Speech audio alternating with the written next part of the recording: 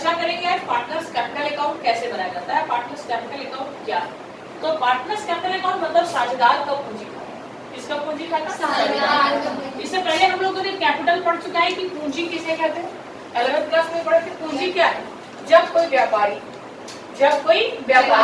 Businessman नगद या उधार कैश या क्रेडिट लगाकर अपने व्यवसाय को स्टार्ट करता है उसे क्या कहते हैं? कैपिटल कहते हैं, पूंजी कहते हैं। तो पूंजी कौन सा अकाउंट है?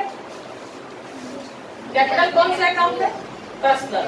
पर्सनल में भी कौन सा है? Representative personal. कौन सा पर्सनल है? रिप्रेजेंटेटिव। तो हम लोग पढ़े पूंजी जब कोई व्यापारी अपना नगद या उधार लगाकर व्यवसाय को स्टार्ट करता है, चाहे वो लोन लाए, बगल से मांग के लाए, कर्ज मांग के लाए या अपना ओन कैपिटल हो, और जब बिजनेस को स्टार्ट करता है उसे क्या कहते हैं? कैपिटल कहते हैं। अब हमको पढ़ना है पार्टनर कैपिटल, साझेदारों का पूंजी। किसका पूंजी? साझेदारों का पूंजी। तो यहाँ पर हम लोग कैपिटल को दो भाग में बांटे। कितने भाग बांटे? दो भाग। पहला बोला कि पूंजी फ्लक्चुएटिंग होगा। कैसा होगा? फ्लक्चुएटिंग। इसको बोलते हैं परिवर्तनशील पूंजी। कौन सा पूंजी? परिवर्तनशील पूंजी या अस्थायी पूंजी बोलते हैं।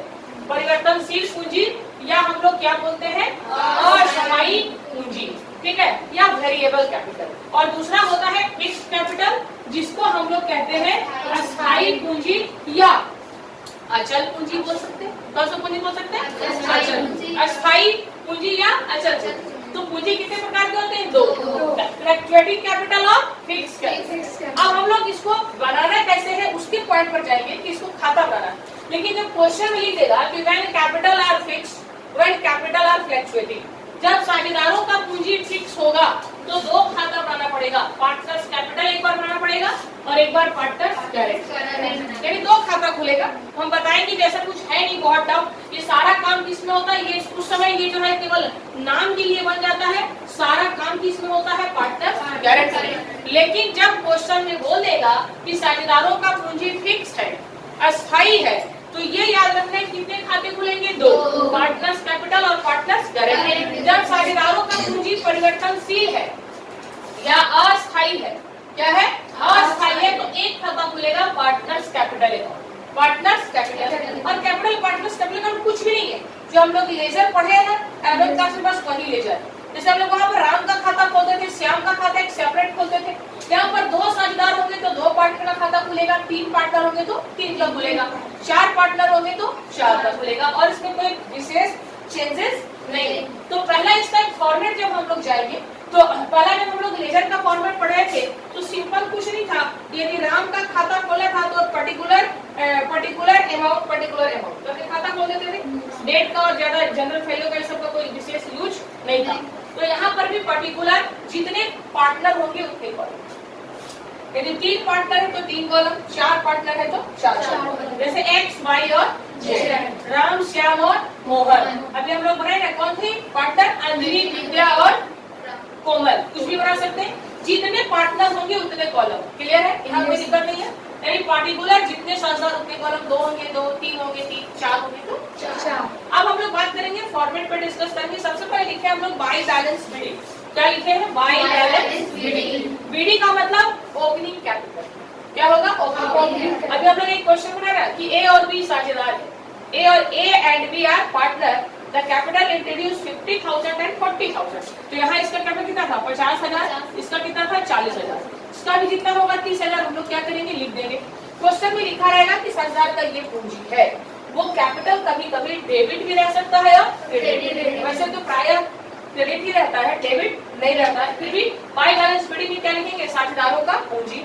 वो डेबिट भी हो सकता है और क्रेडिट भी, दोनों सेम चीज है। यदि इस साइड डेबिट होगा तो क्रेडिट नहीं, क्रेडिट होगा तो क्लियर है? बाय बैलेंस बिडिंग क्लियर है? ओके है ये? हाँ या ना? दूसरा लिखे हैं कैश और बैंक। कैश और बैंक ये कब लिखा जाएगा? कैश और बैंक जब कोई नया पार्टनर कैश को इंट्रोड्यूस करेगा। क्या करेगा? इंट्रोड्यूस करेगा। जब वो कैश नगद के रूप में वो कैश लाएगा। मतलब तीन पार्टनर थे, नया पार्टनर जो है कोमल को हम लोग लाए। Komal as a new partner he bring up rupees 30,000 capital. तो ये नया कैपिटल जब लाएगी तो यहाँ पर 30,000 रुपया हम लोग लिख देंगे कोमल के नाम से। ठीक है? तो ये नया ये कैश और बैंक किसके लिखे हम लोग? इंट्रोड्यूस कैपिटल के लिए। यानी जब कोई नया साझेदार कैपिटल लाएगा तो, या कैश और बैंक फिर हम लिखे यहाँ पर एडिशनल कैपिटल के लिए। किसके लिए?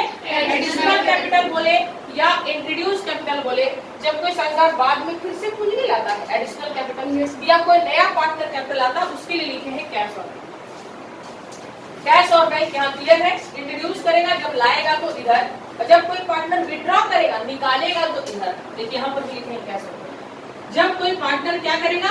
विड्रॉ कर लेगा। क्या कर लेगा? विड्रॉ कर लेगा, यानी पैसा निकालेगा तो इस साइड, कोई लाएगा तो एडिशनल लाएगा तो क्लियर है यहाँ तक? उसके बाद हम क्या लिखे? Interest on capital, salary, commission, पे एप्रोप्रिएशन। इंटरेस्ट ऑन कैपिटल, इससे पहले हम लोग पीएल एप्रोप्रिएशन पढ़े पढ़े। तो जब पीएल एप्रोप्रिएशन जब आप पढ़े, यहाँ पर हम एक छोटा सा बता रहे, पीएल एप्रोप्रिएशन अकाउंट जब आप पढ़े तो इसके डेबिट साइड यहाँ लिखे थे ना, to interest on capital, to salary, to commission, to transfer tourism. तो ये सारा आइटम जो है एडजस्टमेंट है। क्या है? एडजस्टमेंट। और ये सारा इस साइड आता है। क्लियर है? और इस साइड आपको पता होगा, इस साइड हम लोग दो आइटम लिखे थे, बाय प्रॉफिट और bye interest on drawing. Interest on drawing, तो इधर वाला देखिए इंटरेस्ट ऑन ड्राइंग इधर आया होगा, यानी एडजस्टमेंट। पीएल एप्रोप्रिएशन का जो एडजस्टमेंट है वो हम लोग यहाँ पर फिर करेंगे। इंटरेस्ट ऑन कैपिटल रहेगा तो करेंगे, कोई साझेदार सैलरी लिया होगा तो उसका काम करेंगे, कोई पार्टनर जो है कमीशन लिया होगा तो उसका काम करेंगे। मतलब तीनों पार्टनर को कमीशन दिए तो तीनों का लिखेंगे, यदि दो ही कमीशन लिया तो दो का लिखेंगे, कोई एक ही लिया है तो एक का लिखेंगे। उसका हमने लिखा पीएल एप्रोप्रिएशन। क्या लिखा? PL appropriation. तो ये जो पीएल एप्रोप्रिएशन हम लोग बनाते हैं, तो जो इस साइड आता है उसको हम लोग क्या बोलते हैं? प्रॉफिट। और जो इस साइड आता है उसको हम लोग क्या बोलते हैं? लॉस। तो ये प्रॉफिट इधर आ जाएगा और ये लॉस इधर आ जाएगा। तो ये हम क्या लिखे हैं? पीएल एप्रोप्रिएशन में जो प्रॉफिट आएगा उसको इधर, क्योंकि यहाँ पर हम लोग बांटे देगा तीनों लोग, तो यहाँ पर इसको लिखा। यदि लॉस आता तो फिर हम लोग इधर दिखा देते, यानी पीएल एप्रोप्रिएशन का लॉस आएगा तो इधर दिखाएंगे और प्रॉफिट आएगा तो क्लियर है? सारा आइटम क्लियर? फिर से एक बार, बाय बैलेंस बड़ी पार्टनर का कैपिटल, कैश और बैंक, यदि कोई एडिशनल कैपिटल होगा या कोई इंट्रोड्यूस करेगा नया कैपिटल तो इंटरेस्ट ऑन कैपिटल, ये एडजस्टमेंट में लिखा होगा, सैलरी होगा, कमीशन होगा और पीएल एप्रोप्रिएशन का प्रॉफिट इधर आएगा। इस साइड आते हैं बीडी, इनकेस इधर रहेगा तो लिखेंगे ड्राइंग, क्वेश्चन में दिया रहेगा, ऐसा भी लिखा था ये क्वेश्चन में कि ए और बी का ड्राइंग है तो ड्राइंग भी इधर दिखाएंगे और इंटरेस्ट ऑन ड्राइंग भी इधर दिखाएंगे। क्लियर है? यदि कोई साझेदार, यदि कोई पार्टनर कैश निकालेगा तो इस साइड, विड्रॉ करेगा तो इस साइड, और लाएगा तो क्रेडिट साइड। इस साइड उस साइड नहीं, क्रेडिट साइड, और विड्रॉ करेगा तो debit side. Interest on drawing debit side आ जाएगा और पीएल एप्रोप्रिएशन का लॉस। ऐसा आपका ऑब्जेक्टिव क्वेश्चन ही पूछेगा बहुत सारा घुमा करके कि interest on capital, partners capital के किस साइड जाएगा? डेबिट या क्रेडिट? तो किधर जाएगा? Credit. Salary salary partners capital में किस साइड जाएगा?